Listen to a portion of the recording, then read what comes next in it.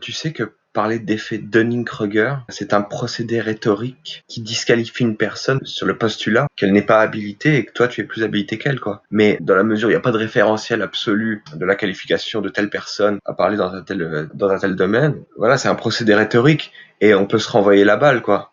Un type à qui tu dis tu es touché par l'effet Dunning-Kruger, il peut te dire non, c'est toi qui es touché par l'effet Dunning-Kruger.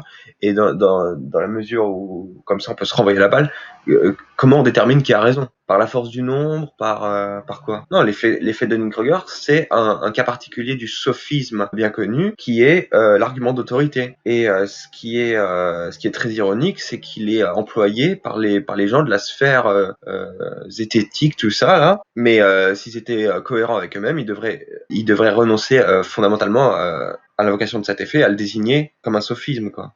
En gros, c'est par la même logique, je pourrais te dire, tu vois, l'État, les lois, la Constitution française, etc. Qu'est-ce qui donne autorité à ça? Bah, des armées, des gens qui votent, des machins, des trucs comme ça. Mais voilà, c'est un argument par la force, et donc c'est zéro, c'est bidon.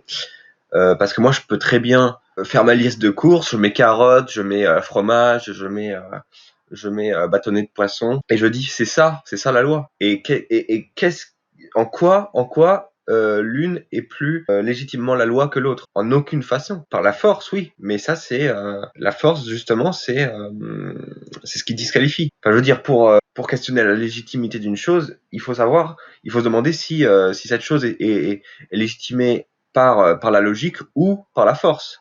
Parce que l'une est radicalement antagoniste à l'autre. Donc quand la force se sert du langage de la logique, il faut avoir l'œil là-dessus. Il faut le dénoncer. Maintenant, je vais me permettre une petite digression sur la psychiatrie parce que j'estime que la tronche en biais use d'une légitimité qu'elle s'est faite avec brio, bien entendu, hein, un travail qui est absolument salutaire en très grande partie pour l'hygiène mentale des gens, mais elle use de cette légitimité pour légitimer des choses qui, selon moi, sont absolument indéfendables.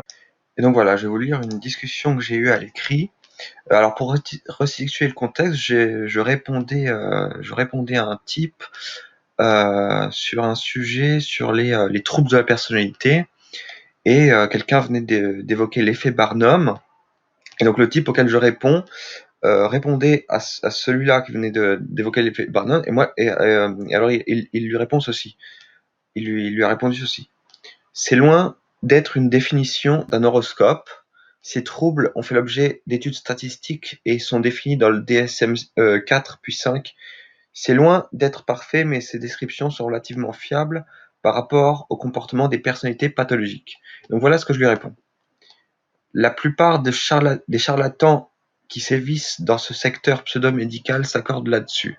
Nuance. Tu te rends compte de l'ambiguïté de notions telles que comportement des personnalités pathologiques ou du caractère strictement arbitraire du fait de caractériser une personne de pathologique? Un corpus rhétorique qui camoufle le préjugé trivial en légitimation d'une atteinte à l'intégrité d'une personne, la psychiatrie.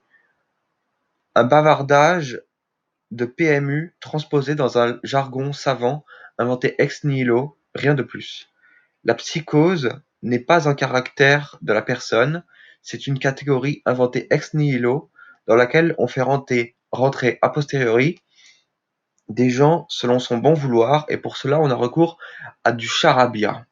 Donc en gros, ce que j'explique, c'est que un diagnostic psychiatrique, c'est pas d'abord la personne est là et quoi qu'il arrive, elle est atteinte de tel trouble, donc c'est son caractère propre. Là, on arrive et on la lui diagnostique. Non, c'est juste on arrive et on la diagnostique. Et à partir de là, elle est contaminée par l'idée selon laquelle elle-même est malade. Alors peut-être qu'elle va essayer de se défendre contre ça, peut-être qu'elle va l'accepter, et dans tous les cas il s'agira d'une contamination, parce que dans la mesure où cette idée lui trotte dans la tête, ça va induire des comportements qui auront pour thème le sujet de l'éventualité ou de la certitude de sa maladie mentale, et donc elle va être quelque part assujettie à une catégorie qui, à la base, lui était totalement étrangère et aurait dû lui rester étrangère. Voilà, sans rancune aucune, mais j'espère que d'abord que la tronche en biais verra ma vidéo et qu'il se remettra en question. plutôt que de continuer de donner du poids à ce qu'il convient de dénommer aussi génériquement qu'emblématiquement le fléau, parce que je vois pas d'autres fléaux qui sévissent plus gravement dans nos contrées, à savoir des rapts et un génocide. Et puisqu'on parle de rapts et de génocide, je tiens à préciser que dans ce domaine-là, la psychiatrie constitue un tandem avec le réseau de trafic d'enfants qui est l'aide sociale à l'enfance. Renseignez-vous, il y a des gens qui ont fait un bien meilleur travail que moi pour parler des pratiques mafieuses qui ont cours dans la plus grande banalité dans ce secteur. Et sur ce, je vous laisse sur une petite musique que je viens de composer, en espérant que ça plaise à ce cher Bled Tapas, qui est musicien lui aussi. J'apprécie beaucoup la musique d'ailleurs.